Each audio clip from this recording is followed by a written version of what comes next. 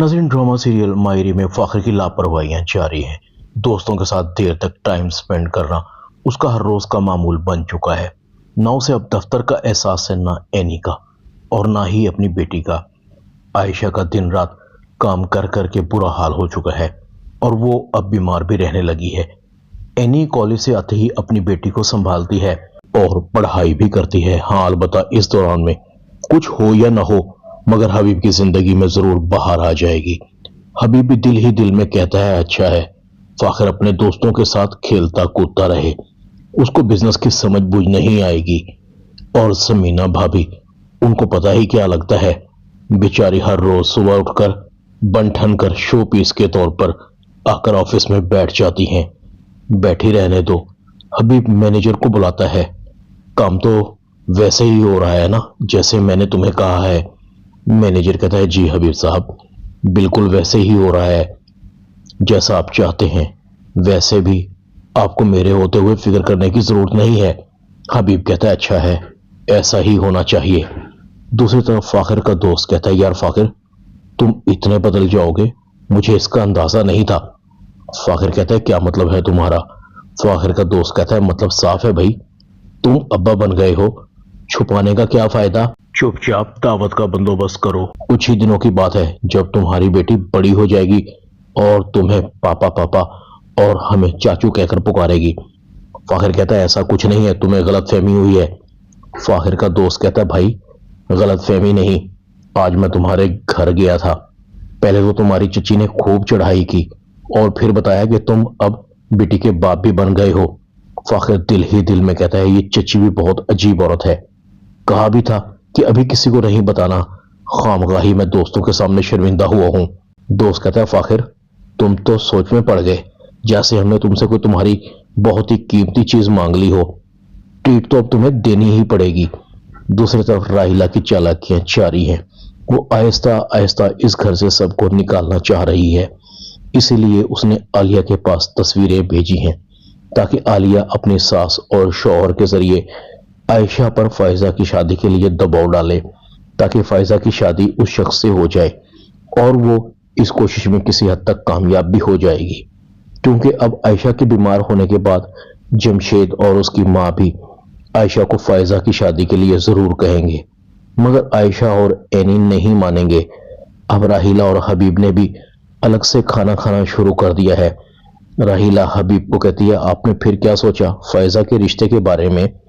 हबीब कहता है जो रिश्ता तुम लेकर आई थी वो घर वालों को पसंद नहीं आया, वो कभी भी नहीं मानेंगे। राहिला कहती है इस रिश्ते में बुरा ही क्या है, अच्छा खासा दिखता है, अच्छा खासा कमाता है, कमी क्या है इसमें? बस तुम्हारे घर वालों को तो इनकार का बहाना चाहिए, सिर्फ इसलिए कि उन लोगों को रिश्ते के लिए मैंने बुलाया है। एक तो मुझे आपकी समझ नहीं आती, आप फायजा के बाप हैं, आखिर फैसला आपने ही करना है। ये सब लोग कौन होते हैं रिश्ते से इनकार करने वाले?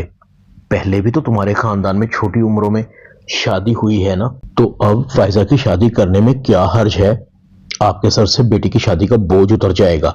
हबीब कहता है हाँ मैं कुछ करता हूँ। राहिला कहती है मैंने उन लोगों को बुलाया है, एक बार लड़के के माँ बाप को मिल लो, उनकी हैसियत का भी पता चल जाएगा। हबीब कहता है इतनी भी जल्दी क्या है? राहिला कहती है मैंने अब बुला लिया है। इधर हबीब ऑफिस जाता है, समीना से माल की डिलीवरी के बारे में पूछता है तो समीना कहती है मैं इसे चेक करती हूँ। हबीब कहता है भाभी मैंने इसे अच्छी तरह से चेक कर लिया है, कोई कमी नहीं है। मगर समीना कहती है एक बार मेरे चेक करने में क्या हर्ज है हबीब, तुम जाओ मैं देखती हूँ इसे। हबीब कहता है ये भाभी और फ़ाखिर अब मुझ पर एतबार नहीं करते, ऑफिस में मुझे शो पीस के तौर पर रख तो लिया मगर मेरी हैसियत एक मुलाजिम किसी होकर रह गई है। खैर कोई बात नहीं, इंतजार कर लेता हूँ, एक ना एक दिन वक्त मेरा भी आएगा, फिर पता लगेगा हबीब का इन लोगों को। आयशा घर के सारे काम कर रही होती है, उसके सर में अचानक दर्द होता है और चकराकर गिर जाती है। फायजा अपनी माँ को देख रही होती है। फायजा आवाज देती है एनी एनी पुप्पो, अम्मी गिर गई हैं, जल्दी आए। सब भागते हुए आते हैं। एनी और फायजा साइका के साथ मिलकर आयशा को आसरा देते हैं। आयशा कहती है सर में शदीद दर्द है, चक्कर आ गए थे। साइका कहती है मैंने तुम्हें 100 दफा कहा है کہ گھر اینی کے حوالے کر دو، مگر تمہیں تو اسے پڑھانے کا شوق پڑا ہوا ہے۔ اینی اور فائزہ اپنی ماں کو کمرے تک پکڑ کر لے کر جاتی ہیں۔ اینی کہتی ہے امی آپ کو کچھ نہیں ہوگا، درد ابھی کچھ دیر میں ٹھیک ہو جائے گا۔ اینی درد کی دوائیاں دیکھتی ہے مگر اسے دوائیاں نہیں ملتی۔ اینی بھاگتی ہوئی اپنے باپ کے پاس جاتی ہے۔ ابا، امی کو میگرین کا اٹیک ہوا ہے، ان کے سر میں شدید درد ہے، پلیز یہ دوائیاں لا دیں۔ حبیب راحیلہ کے پاس بیٹھا ہوا ہوتا ہے۔ کچھ نہیں ہوگا تمہاری ماں کو، ویسے بھی اس کے دماغ میں کچھ نہیں ہے، تمہاری ماں کا دماغ ہے خالی، اس لیے اس میں درد رہتا ہے، کچھ دیر انتظار کر لو، خود ہی ٹھیک ہو جائے گا۔ اینی فاخر کو فون کرتی رہتی ہے مگر فاخر اینی کے فون کو اگنور کر رہا تھا کیونکہ فاخر اپنے دوستوں کے ساتھ مصروف تھا۔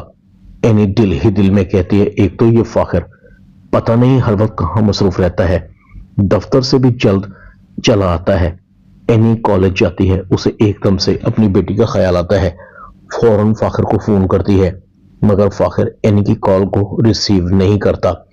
اینی کافی پریشان ہوتی ہے، امی کی طبیعت بھی ٹھیک نہیں ہے، پتہ نہیں انایا کس حال میں ہوگی، اب میں کیا کروں۔ اینی کالج سے آتی ہے، فاخر ویڈیو گیم کھیل رہا ہوتا ہے، آس پاس کا اسے بالکل بھی احساس نہیں تھا۔ انایا رو رہی تھی، پہلے اینی انایا کو گود میں اٹھاتی ہے، پھر فاخر کو کہتی ہے تم کو کوئی احساس بھی ہے؟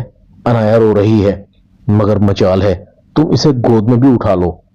فاخر کہتا ہے میں کوئی گھر میں فارغ نہیں تھا، میں بھی ابھی آفس سے آیا ہوں۔ اینی کہتی ہے میں تمہیں کب سے کال اور میسیجز کر رہی تھی مگر تم تو آفس جا کر ایسے ہو جاتے ہو جیسے دوسری دنیا میں ہو، نہ ہی کال سنتے ہو نہ ہی میسیجز کا جواب دیتے ہو۔ فاخر کہتا ہے بھائی میں تھکا ہوا ہوں، مجھے تنگ نہ کرو، میں تمہاری یہ خواہشات پوری نہیں کر سکتا، تم جانو تمہاری بیٹی جانے، اور یہ گھر کے جھنجٹ مجھے کچھ نہیں پتا۔ اینی فاخر کے سامنے آتی ہے، فاخر تم پٹڑی سے ایک بار پھر اتر رہے ہو، کیا ہو گیا تمہیں؟ پہلے تو تم ایسے نہیں تھے۔